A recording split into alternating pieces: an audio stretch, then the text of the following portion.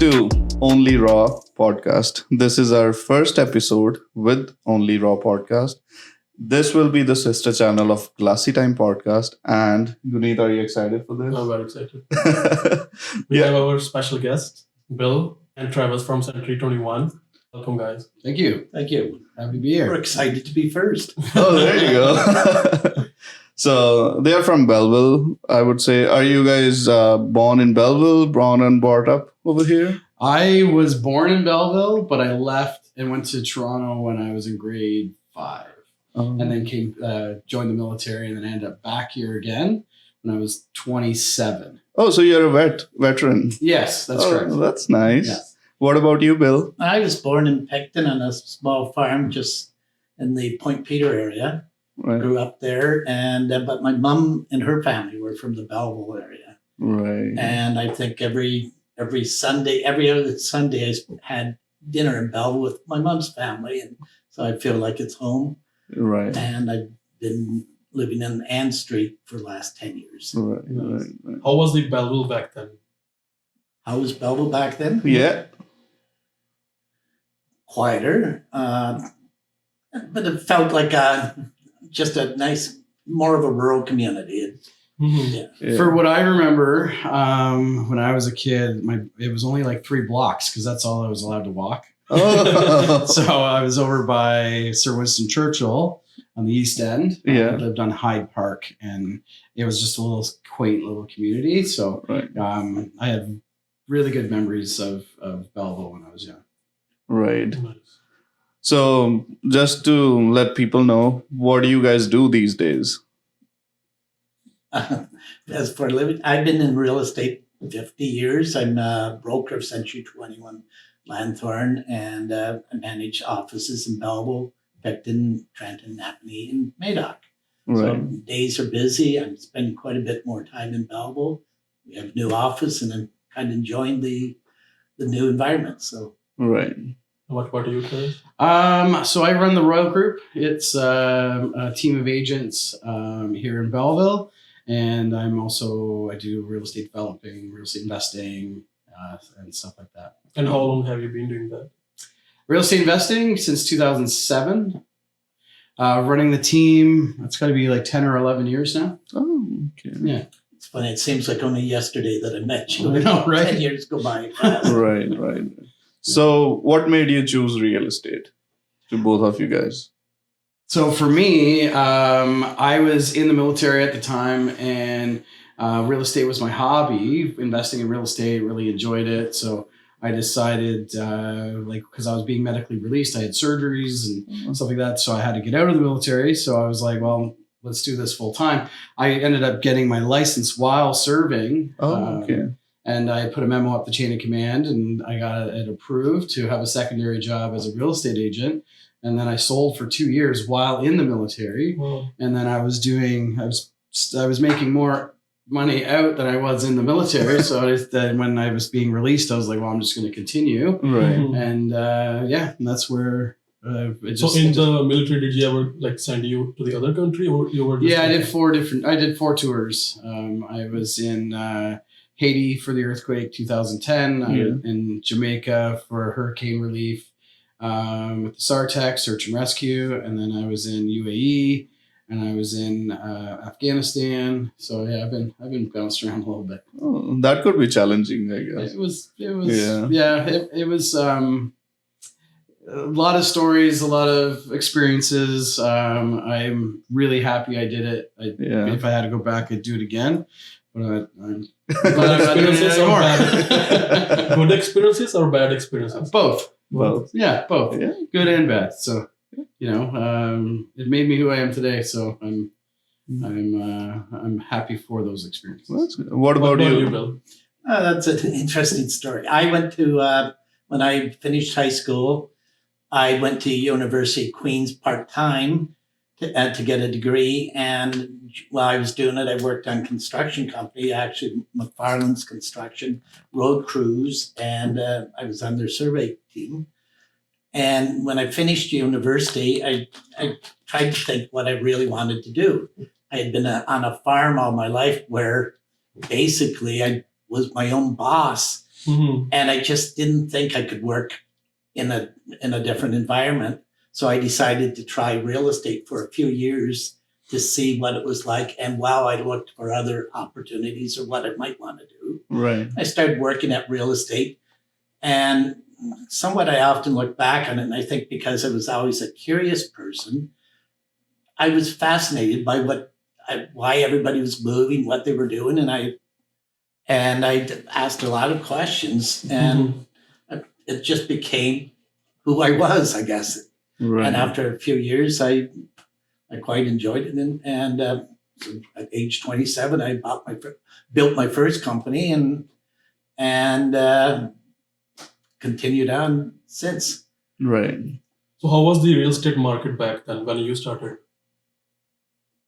It's interesting. I've been through it for so many years, and I often hear that question. Yeah. It's the same, only different. I can say anything. One of the things I always hear is how the economy is going to change. As long as I've been when I got in real estate, it was just in 1974, and they were talking about land speculation tax to slow down real estate inflation at that time. Yeah. And it got introduced, and everybody felt we'd come to the end of the world. Prices would never go up. And that if you bought a house, you could buy a house for almost $14,000 then. Wow. And but over time, prices went up again. We hit another period of time where people felt we were at a peak, and it just kept continuing. Right. We didn't have technology. We didn't have.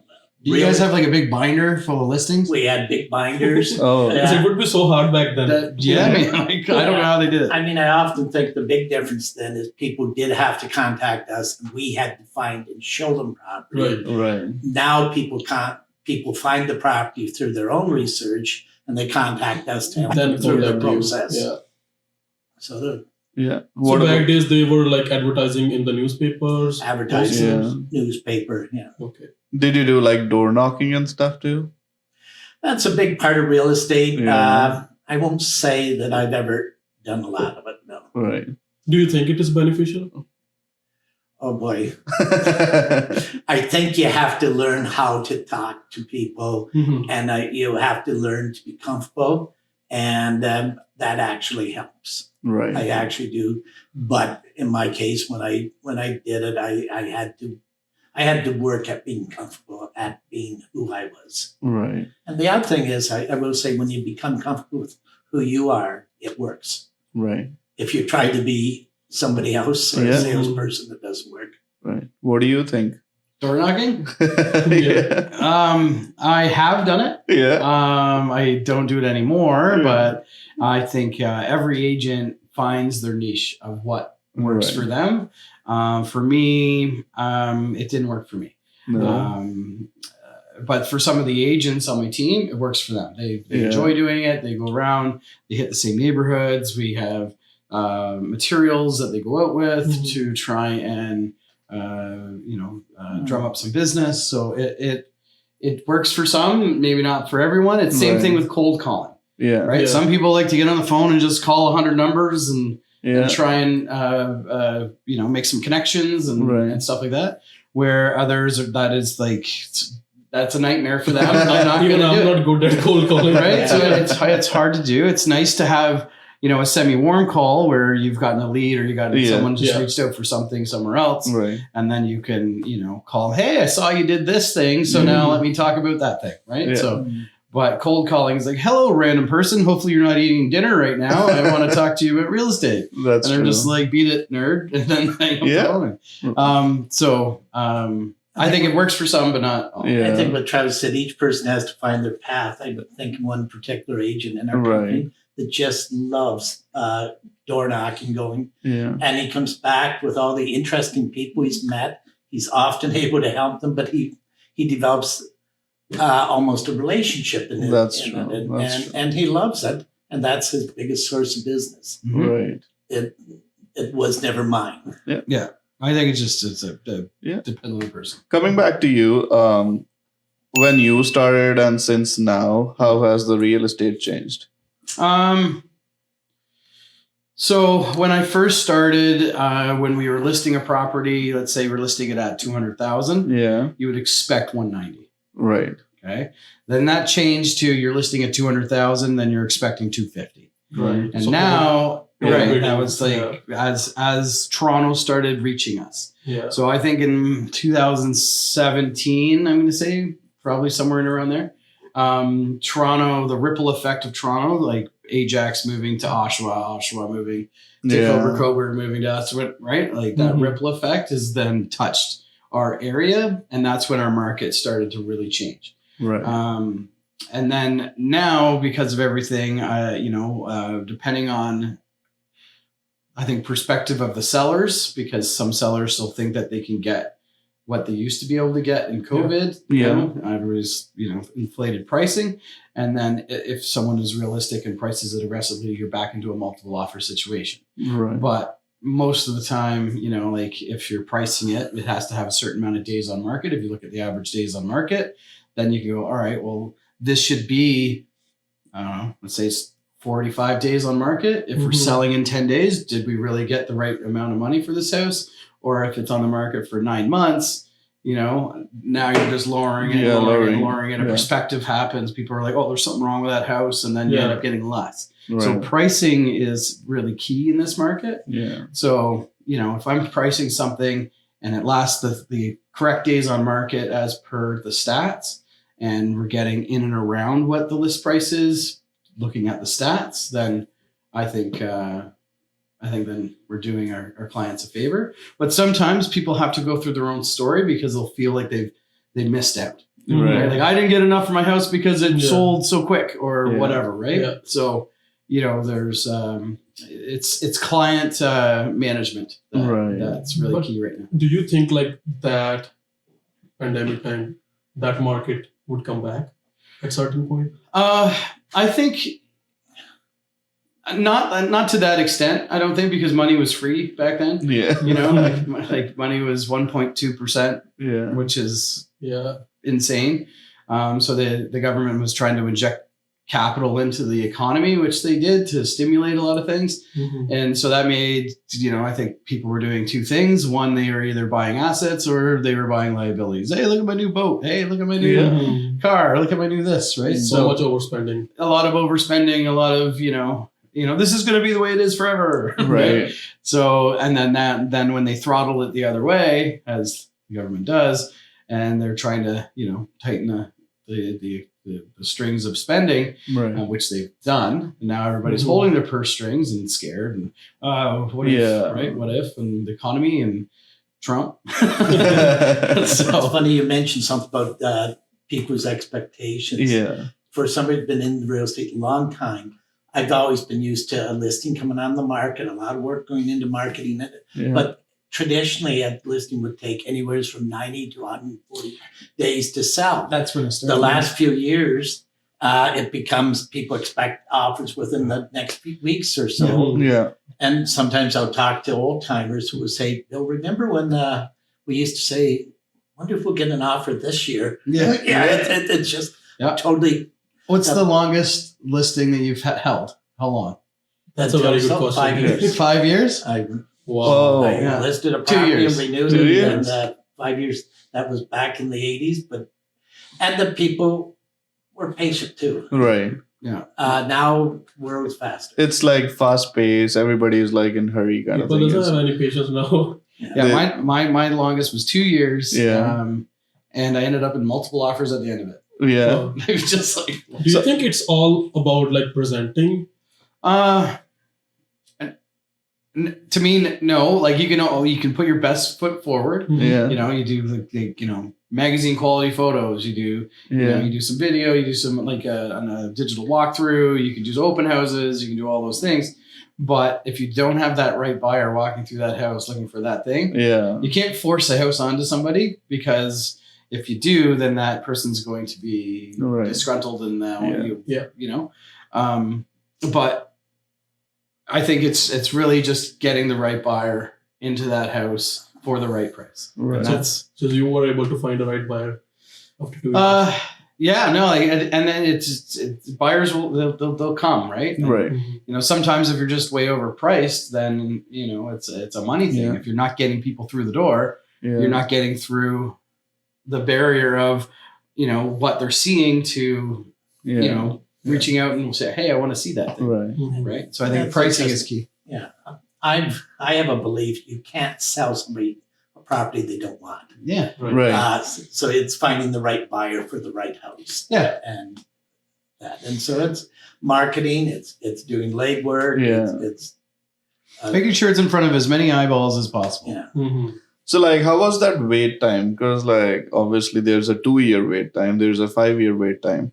So what was the thinking of you guys and the owners of the house? Like, how was that dealing going on among you guys?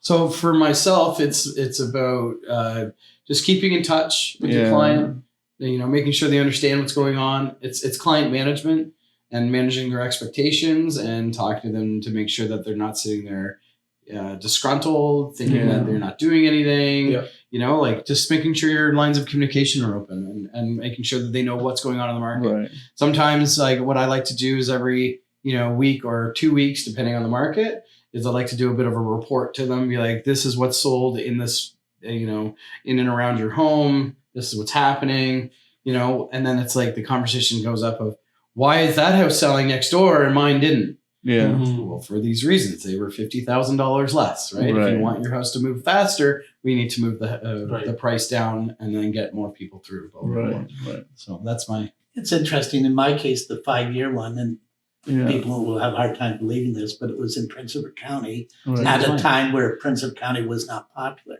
No. It's only in the last 10 to 15 years where it's become Really the very popular place. We had a farm for sale that had been there, and the farmer knew at that time people were going out of dairy farming, so there wasn't a farm market for it.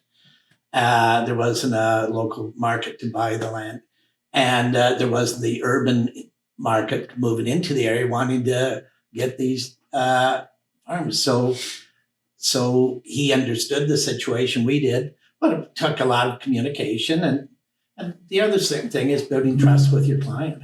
Yeah. They trusted we were doing the best we could, Mm-hmm. and we understood their needs. They wanted to sell. It was time to move off, but they weren't to the point where they were willing to sell at all cost. They wanted to get some reasonable return for their retirement. So they waited a few years, and it worked out in the end. Right. So Does that make sense? Or? Yeah. Yeah. So, Bill, any of the areas like around our neighborhood has surprised you with growth wise? I've got to say Prince Edward County is Prince going Edward the County. most in pricing. Yeah. And population. probably I don't know. population. Probably Belleville is Yeah. More bigger. more, Right. Yeah. because, but that's just in numbers. Maybe in percentage growth, Picton might be growing, or Yeah. Prince Edward County might be growing. Right. Belleville might be attracting more Yeah. people. I think with the Amazon showing up, Yeah. Right. and then it's going to expand, and other industry coming here, Mhm. I would think Belleville's probably growing. the Is fastest. Costco still coming? I hope so, because I hate driving to Kingston or Peterborough for it. Yeah, That's true. That's So, Yeah. Bill, tell us, is Costco coming? If you live long enough. Yeah. If you live long enough. Actually, my own joke, people ask me about real estate values. Is that a good deal? If you live long enough, it will be. Everything becomes a good deal. Yeah, actually, you said it to me a long time ago. If you're going to lose money in real estate, Yeah. just wait longer. Yes. You told me that a long time ago. Yeah. So, like, we were talking about your longest holdings, right? What was your shortest one? Like, how fast did you sell any house? Like, what was the shortest The listing? same day. Same day? Same day. Before I even got it up. Yeah. Yeah. Oh, Yeah, I had So- the buyer and seller already, and I'm like trying to just keep up with them and just get the paperwork signed. And that Yeah. was in the No, Pandemic? was it pandemic? It might have been before pandemic. Yeah. Yeah, it just happens, just conversation. Like one time I had so with the military, it has to be listed on the MLS Yeah. to get their benefits. Right.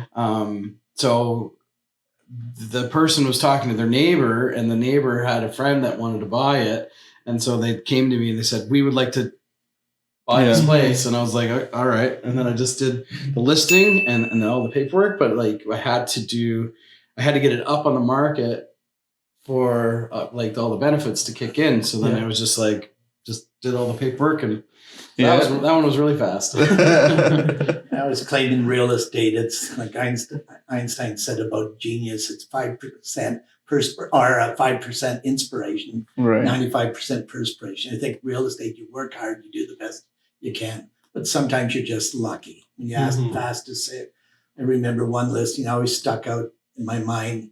The clients had it listed with another realtor. It'd been for sale. I'm sure the other realtor worked hard on it. These clients called me and said, would you take the listing over? And we'll talk to them. And I go over and I'm putting my sign up that day. And if one of the neighbors doesn't drive by, see me putting the sign up, stops and says, I've been meaning to call, and my daughter wants to buy in the street. It's just pure luck. Yeah. And they buy it that day, and the owner of the house is thinking, boy, You're good. You're good. Sometimes you have to be lucky. Yeah. Right. Yeah. Okay. It was his physique whilst pounding in that sign. And what was the most difficult transaction for you? Well, I read, you told me that question ahead of time, and you know what? I have trouble with that. I think a little bit like home run hitters in baseball. They only think about home runs they hit. They don't think about the strikeouts. I look back and I think about all the good things. I hardly remember any of the, I honestly struggle with that. I have one. Yeah. So one of the most difficult deals I had is I put the house up on the market, did an open house. The people loved it. We drove back to the office, did up the contract, locked it up conditionally. They firmed up. They loved the house. And then in between firming up and the close date, house burnt down. Oh. Right? So the person still wanted it. They still wanted to sell it through the insurance, trying to get everything so the house would be put back together, back and forth, back and forth, back and forth. It was pretty crazy. And then where these people where the house burnt down, which was an electrical fire, they went to a friend's place in the country, and they were staying there. That house burnt down. Oh my God. They lost their dogs. They lost a lot in that fire. So everything else that they had from the first fire, they lost in the second fire.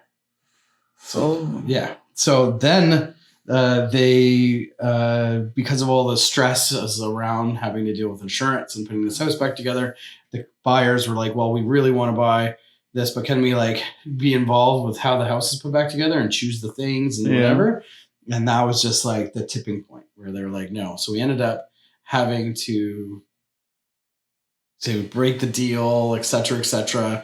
And then I had to relist it as a burnt down house because they're like, we're just going to take the insurance money and then we're going to go try and do something else somewhere else. And then they ended up, we ended up listing the land with the whatever. And then a team member, Soul, ended up selling it.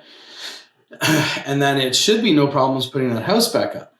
But what ended up happening was because of how close it was with the 401, the MTO, when they put the permit in, said, no, you can't build there. And they just wanted to put the house back up. So anyways, the MTO ended up having to buy the house. It was just like, it was nightmare after nightmare around that. It was just crazy. So that was probably, It's funny, and going through that and figuring out like bureaucracy. When you asked me if you said, what, I don't know if a deal is so bad, but the bureaucracy sometimes, and trying to be in between the clients and and interpreting the bureaucracy, because you feel like the messenger that's going to be shot when you tell. Because on that one, I immediately think, wait, a house was there. Can you not build on the same footing? That was the fight. And then the MTO said no. And if they say no, it becomes, how do you move forward? Because they just can't say no without some recourse. And then you're trying to make, because we had both the buyer and the seller. Right. So I'm just like trying to make peace. Right. I'm Switzerland trying to help them get along and manage expectations. And it was the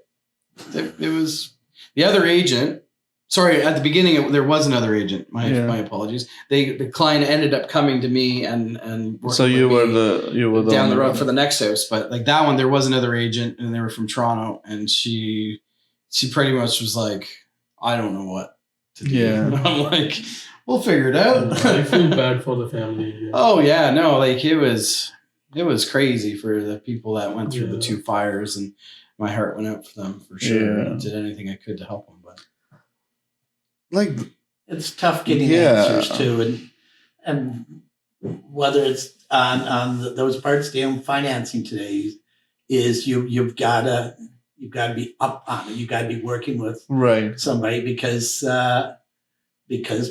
as you said, systems are different. You don't have the local branch authorities to approve, Right. and so bureaucracy is stronger, and they make it difficult. But I don't know if it's the hardest deals I've ever done. Yeah. Like, so whenever you're sharing these kind of experience, do you like talk to your teammates also about that? Like Absolutely. how Absolutely. should you deal with these kind of situations and all that stuff? Yeah, so with my team members or any agent that I mentor, I look at it as I need to teach them how to think, right? I need to teach them, you hit a problem, how do you navigate that problem? So it's like that saying, you just don't give someone a fish, you teach them how to fish so they can continue to fish. And Right. you teach them the problem won't go away when a problem occurs. Right. Hiding does. Sticking your head in the sand doesn't Yeah. work. Right. And sometimes I've seen agents try to solve the problem before they tell the client Yeah. because they don't want a problem. They want to fix it, Yeah. but you've got to you've got to be upfront with everybody. And even, good intentions are great, but you got to communicate. Right. Do you think can anyone become a realtor? No.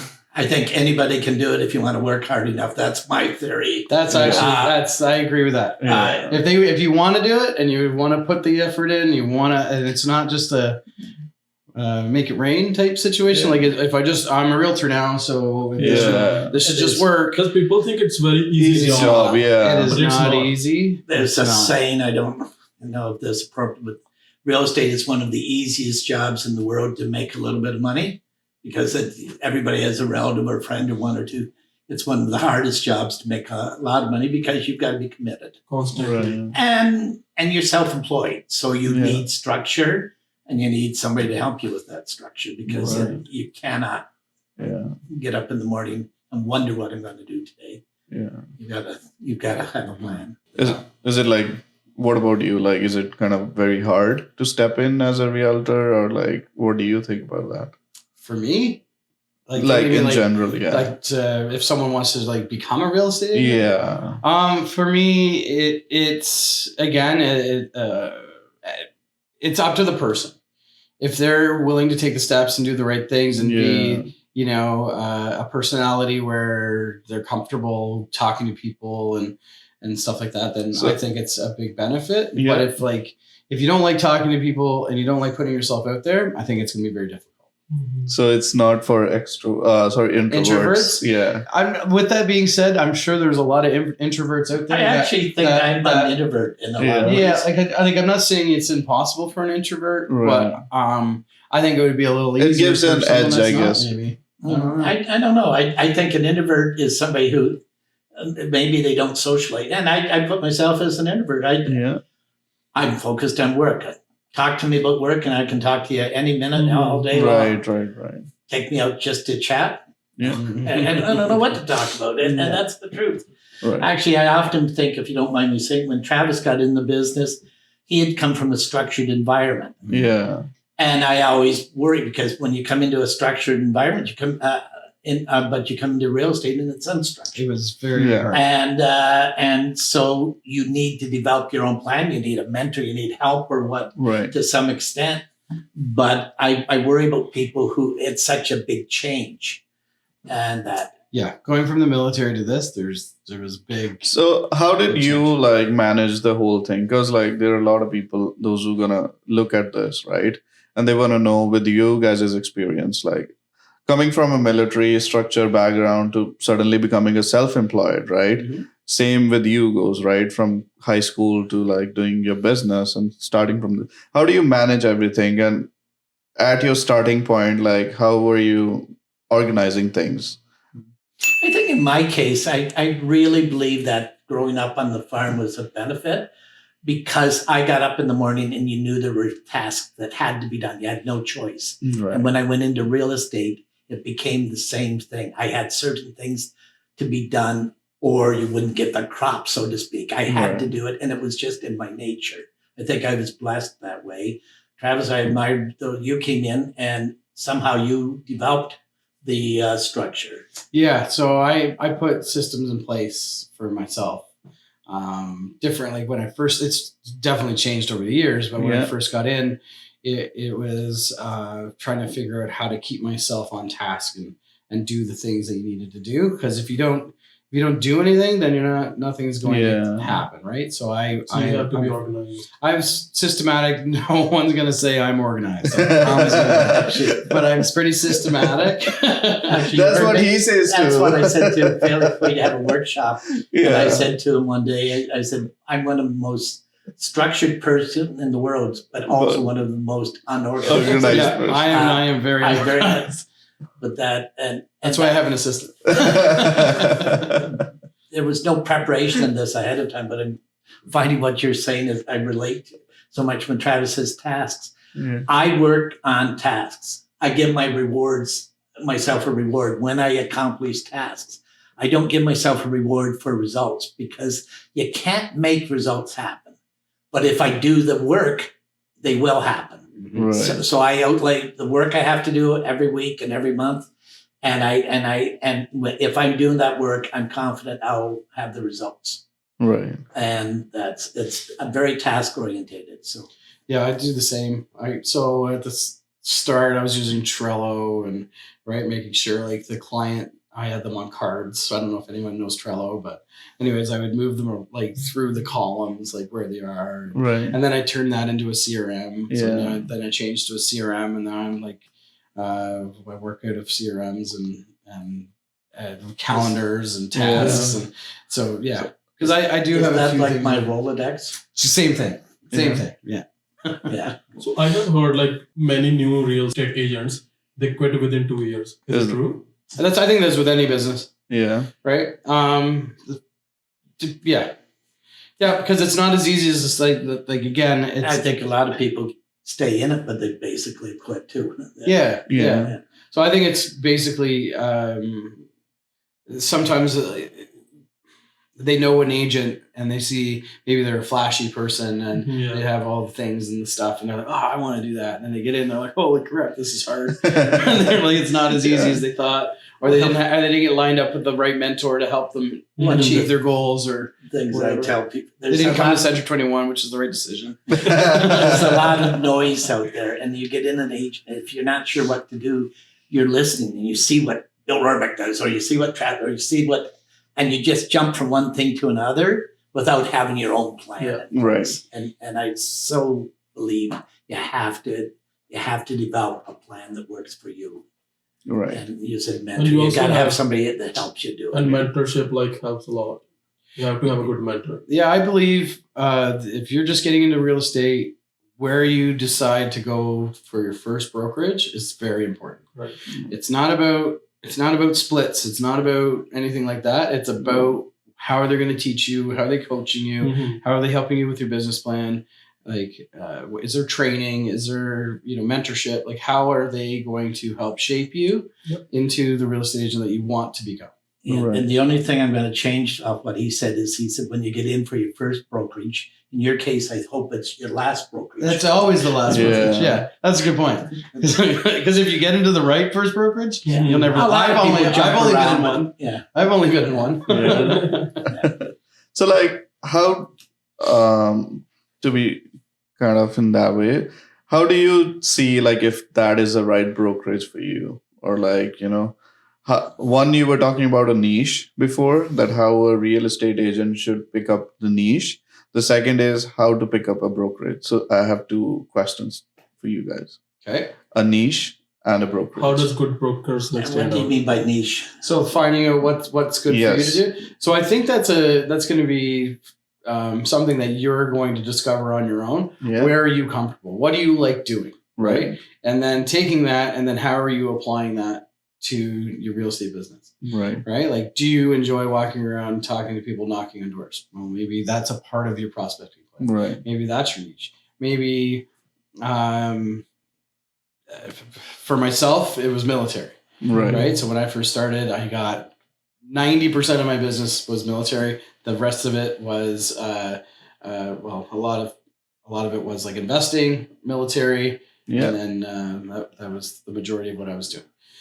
So that was my niche, right? Where your niche could be something totally different, but that's up to you to figure Right. out. But with using the tools of the brokerage to help push you to be successful in what Right. you're doing. Right. Yeah, That's my thought. That's tough. Tough question, and almost all the brokerages have similar tools. I Right. really believe that once one brokerage develops it, the others Adapt. Yeah. they're their own trying to versions keep of it. Yeah. to keep up on it. Picking the brokerage for you and who you. Sometimes it's you just got to feel right. I don't know it. I always tell people too, as you know, if I meet somebody.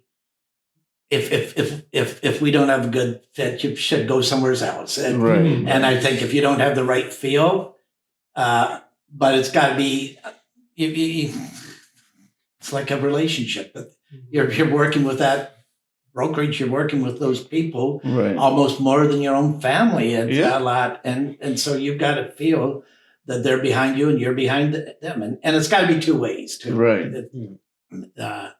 You not only do you like the brokerage, they have to like you too. That's- So for the brokerage side, for me would be like what tools are at your fingertips to use, and then is there training to help use those tools, Right. and then mentorship to help you get push yourself to do the right things in the Right. business, right? So if you're just like you come in and it's a sink or swim scenario when you're first starting.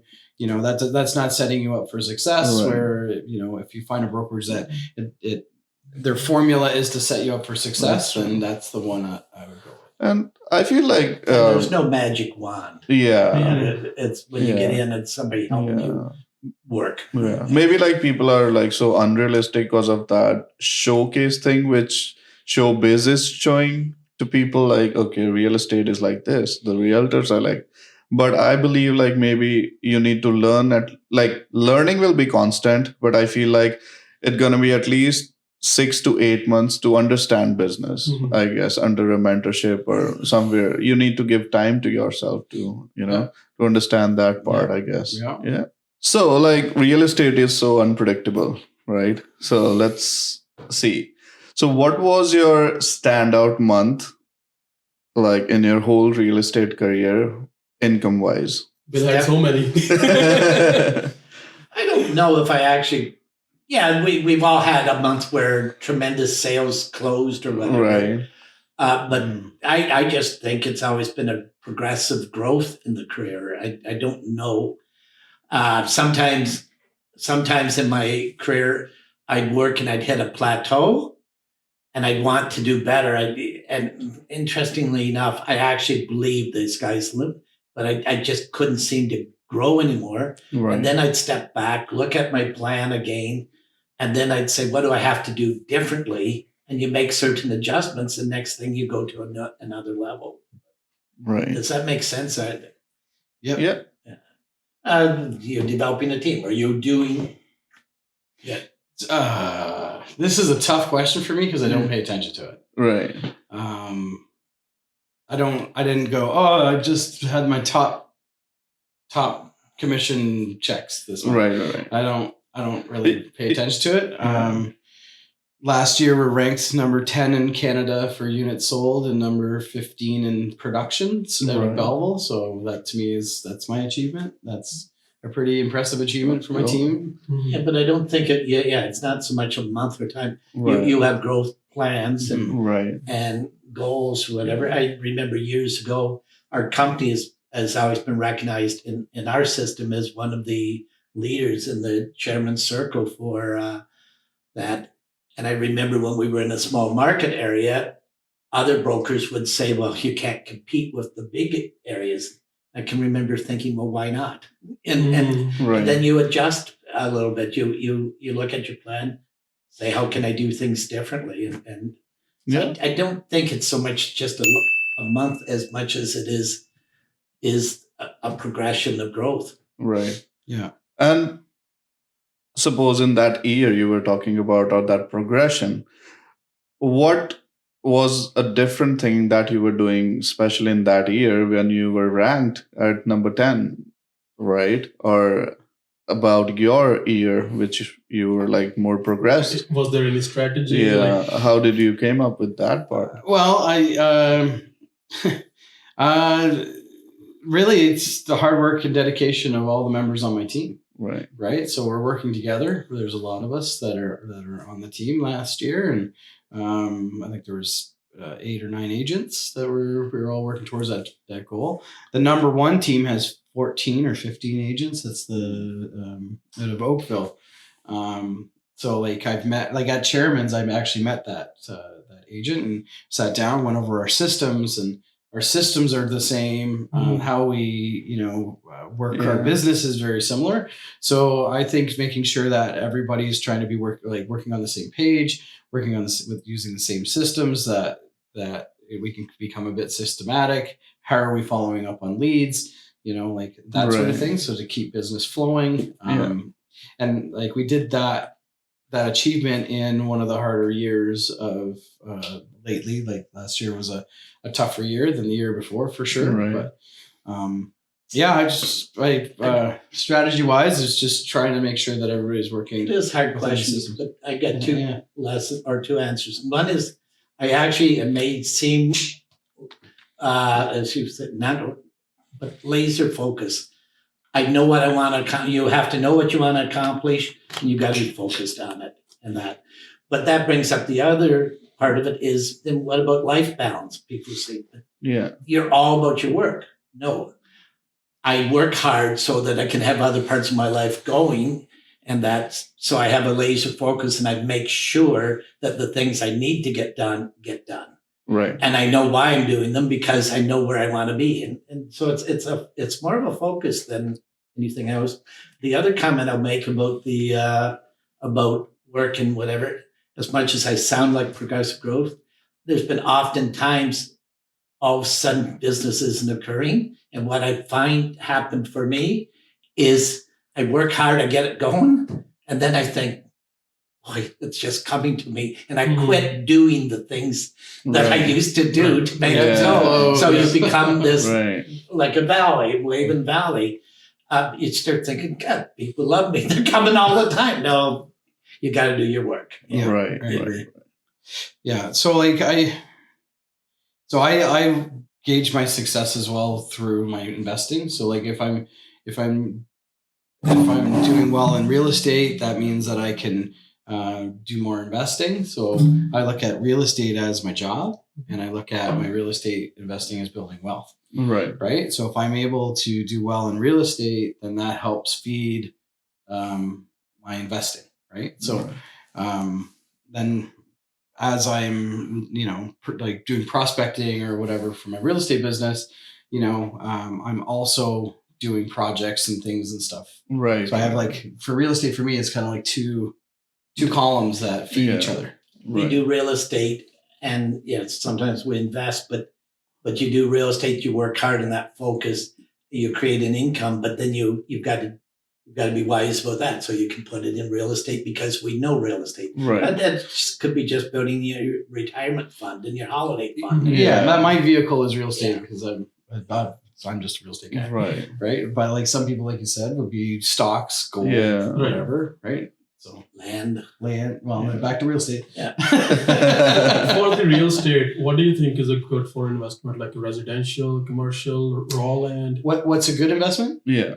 Whatever opportunity that presents itself. So, and it depends on what you're looking for, right? Like, and like, what are you like working with, right? So when I first started, I bought some single family houses, and then I did duplexes, triplexes, fourplexes. Yeah.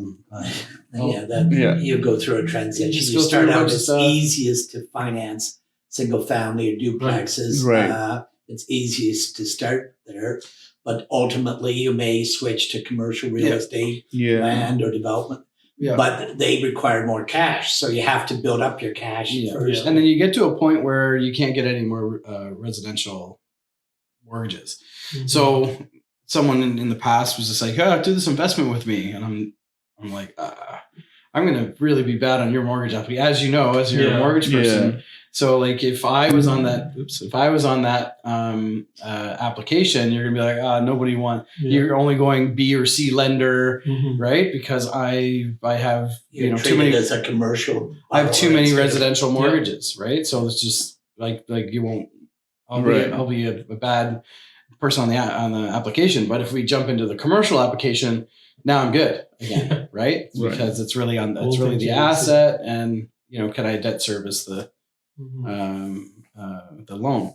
So when you're first starting, so like if you're wanting to get into real estate investing, my advice, if you're just starting out and you can do it with like family and things and whatever, buy an underperforming duplex or triplex, because you can do those for 5 or 10% down if you're owner occupied, and then move into it. Redo that unit, so put some sweat equity into that unit. So then you've changed its productivity of that unit to max productivity, right? So like you get max rent out of it. And then if you wanted to, you could go into the other unit and then do the same thing and then move to another one. Do that 2 or 3 times, and then you've built a portfolio, and you then refinance it. You refinance, pull your equity out, and then move to another one. Do the same thing. If you can do that a couple times, I'd rather see a first-time home buyer do something like that than just buying a single-family home, because then they could build a portfolio if that's what they want to do. Because I can't buy a house for 20% down, or sorry, for 5% down. I have to do 20% down, where they have an opportunity to move themselves in, and then. That's advice. What about you? I've always had an investment strategy. Interesting, when I started out, there's on your single family home, there's an advantage, because if you sell it, it's tax free or whatever. But I always bought a home. When I had my own home, I bought a home that probably was modest in most people's standard. But instead of spending what I could afford in the house, I took the extra then and invested in other real estate. So I lived in a nice house, but I took the extra, and I'd actually look and say, well, somebody else like me would be spending X number of dollars per month on their home. Mine is only cost me this, so I'm going to take that extra bit and I'm going to put it in. So then I started buying investment real estate with the extra bit and built out. But I started out buying residential properties, and then I got to the point where I had some years went by in equity. So then I took the equity out and I switched it into, I actually have farmland. I own commercial real estate, and I own development lots and whatever. So I agree. I use my house, my personal residence, as a bank now. Right. So like I will pull money out of my own house to do projects, to do things. And then when that project can be refinanced conventionally, then I pull the equity out and put it back into my house, pay myself back, and then any profits can go into the next investment. That is your strategy. That's one of the things I do. Right. Do you think you need an accountant that you trust too? Yes, Yeah. you sure do. Do you think government should be easy on giving the permits and all? Don't get me started. Next question. So the federal government wants us to build, but the local governments make it quite difficult. We actually, I've had this conversation. I actually believe those officials really mean well, and they're trying to do a good job, but they don't understand the impact they're having on somebody trying to build, and that they just run costs up. So like, never mind. It's only raw podcast. So you have to be raw. So I'm doing a 9-unit build. Apartment building build in Quinte West, and they just raised their development charges 2.6 times what they were. Wow. As an example, my development charges, and that's just a development charge that doesn't just, here you go. Yeah. Right. So it went from $99,000 for this project up to $246,000. Holy. So that is making very hard for developers. it's going to be that's going to be a project killer for me. So I have until the end of the month to get my permit in so that I can lock my development charges in at the current rate. So I'm scrambling right now. I'm tearing a building down, tearing a house down. I'm trying to get my permit in. Once I get my permit in, I can pay those fees of $99,000 and then lock it in. But if it's past December 1st, I'm going to have to do the 245, and then I still have to get the money to continue to do the actual build. Okay. Yeah. Right. So I'm a $250,000 of fees for That's just for the fees. That's just fees, and that's not including the building permit fee. Oh, that's just your. That's just here's your development charge. So there's all these other fees that are soft costs that are going to be involved in it. You know, I often hear some politicians Flip it talk, and they treat it like they make people feel that I was saying to myself, where you're actually trying to do a good project, and you really think I'm going to finish this and do something well. And there's this image that the people like ourselves might be, oh, you're just out there money hungry, trying to. Margins are thin. Some of us are proud of what we're trying to do, and we're trying to do it economically and as well as possible. I mean, well, the building costs are extremely high. The margins are not huge things, right? Especially because my strategy, I don't sell them, I keep them. So at the end of it all, it has to be the appraisal value has to be in line with the build costs, has to be in line with the rent that it's going to get. Right. If those numbers are off, then then I'm going bankrupt. Yeah. Right. So, as these fees go up to 2.6 times, like that might bring me push me right out of the doing the deal. So it's as much as they want us to, because we're in a housing crisis, you want more units, you want more things. And I'm doing an infill development project, which the building department's like, yeah, this is great. We really want this to happen. I'm like, yeah, I want to make it happen too. Because I have like 3 more in the pipe that I want to do after this one. But if I won't be able to afford to do it in Trenton anymore. So what's your suggestion? Whoever is. So the vote's already happened, so it doesn't matter. But my suggestion would have been, I know I'm not a politician. I'm not a politics guy, but that cost, because they need $70 million to do their infrastructure and their water treatment plants and all that. Unfortunately, I think that cost should have been spread out to the community with raising taxes, right? Because that is to help build their community. And then what they're doing, so let's get rid of me out of the equation, and you're doing it just these increases are going on to the home builders, right? Right. So not someone that's going to keep it, but to a home builder, where do you think those costs go? They go onto the purchase price. The developers are not going to be like, oh, well, I better just pay this 2.6 times. It actually goes onto the purchase price. Right. it's safer to put it onto the building than to tell the public. 1,000,000%. That's why they did Yeah. it, because it's easier for the builders to just move that cost onto, so like it was it might have been $17,000 for every residential home. That was the development cost that the builders had. Now it's $37,000. So that's just going to raise the purchase price by that much. Yep. Right. Right. So that's why it's, but for someone like myself that's doing an apartment building, I absorb it and I don't pass it on. Right. So now it's like, all right, well, now they don't want to, they're de-incentivizing me to do this. Right. So It's harder for you to keep the rent as reasonable as possible. Well, yeah. I'm not here to go bankrupt. That's right. So usually government incentives I'm are trying to do to 3 apartments in Belleville downtown, and to do it, I got an architect, I get an engineer. I think they're all quality people. I have an architectural technologist that's working with me all the time, and a project manager that's has experience. And every step of the way, the building department questions and inspections. They're not just inspections, but questions Right. the work of the architects and whatever, and the engineers. well. Anyway, we should get off this topic. I'll be even with the $99,000 development charges, I'm going to be probably $250,000, even at $99,000 of soft costs to get to the point where I can put a shovel in the ground. Yeah.